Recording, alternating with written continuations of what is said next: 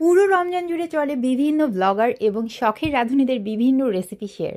তো আমিও চলে আসলাম আজ আমার একটা অনেক পছন্দের রেসিপি শেয়ার করতে, আর সেইটা হলো মাছের পোলাও বা বিরিয়ানি। আমাদের এলাকায় এটা অনেক বেশি ফেমাস, মানে আমার দাদু বাড়ির দিকে। আজ শেয়ার করবো আপনাদের সাথে, চাইলে এটা ইফতারেও খেতে পারেন। Hello guys, welcome back to my another cooking blog. প্রথমে এখানে আমি মুগ ডাল একটু হালকা ভেজে নিচ্ছিলাম। মুগ ডাল সেটা পোলাও হোক বা খিচুড়িতে দেওয়ার জন্য যদি একটু ভেজে নেওয়া যায় ফ্লেভারটা অনেক বেশি ভালো আসে। এরপর একটা প্যানে পরিমাণ মতো তেল নিয়ে সেখানে গরম মশলা দিয়েছি। গরম মশলা বলতে এখানে দিয়েছি আমি দারচিনি, সাদা এলাচ, কালো এলাচ আর লং। এগুলো একটু ভাজা ভাজা করে নেবার পর দিয়েছি এখানে পেঁয়াজ কুচি আর কাঁচামরিচ ফালি। এগুলো আবারও একটু ভেজে নিয়েছি। এরপর একে একে এখানে অ্যাড করে দিয়েছি শুকনো মশলাগুলো। প্রথমে দিয়েছি লবণ, এরপরে দিয়েছি এখানে আদা রসুন জিরে বাটা। এখানে বাটাটাই কিন্তু দিতে হবে। আবারও একটুখানি ভাজা ভাজা করে নেবার পর এখানে দিয়েছি পানি, যাতে করে মশলাটা পুড়ে না যায়। দেন দিয়েছি মেইন উপকরণ, তা হলো মাছ। আমি এখানে দিয়েছি পাঙ্গাস মাছ। চাইলে এটা যে কোনো মাছ দিয়ে করা যেতে পারে, কোনো ধরনের বাধ্যবাধকতা নেই। তবে হ্যাঁ, মাথায় রাখতে হবে মাছটা যেন বড় হয় আর একটু তেল জাতীয় হয়, তাহলে খেতে বেশ ভালো লাগে। আর বেশি ছোটো মাছ হলে না খুব একটা কাটা কাটা হয়ে যায়। তো হালকা ঢেকে দিয়েছিলাম 3-4 মিনিটের জন্য, যাতে মাছটা নরম হয়। অ্যাকচুয়ালি এটা আমার গোটা রাখতে হবে না, পুরোটাই ভেঙে ভেঙে দিতে হবে, যাতে করে পুরোটা বিরিয়ানির সাথে খুব দারুণভাবে মেল্ট হয়ে যেতে পারে।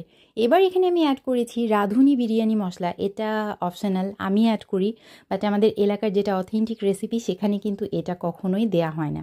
খুব ভালো মতো এটাকে কষিয়ে নিতে হবে, যেহেতু পাঙ্গাস মাছ, তাও আবার মাথা হালকা, তো একটু স্মেল থাকবেই। তো যখন কষানো হয়ে গেছে তখন এখানে আমি দিয়েছি পোলাওয়ের চাল এবং মুগ ডাল, যেটা ভেজে রেখেছিলাম।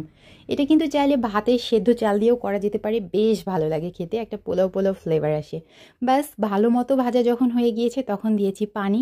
পানির মাপটা এটাই, গরম পানি দিতে হবে এবং চালের ডাবল দিতে হবে। ব্যাস আর কিছুই করতে হবে না। খুব সুন্দর মতো পুরোটা মিক্সচার করে নিয়ে এবার এটাকে ঢেকে দিয়ে রান্না করতে হবে যতক্ষণ পর্যন্ত না পানিটা চালের সাথে একেবারে গায়ে গায়ে এসে যায়।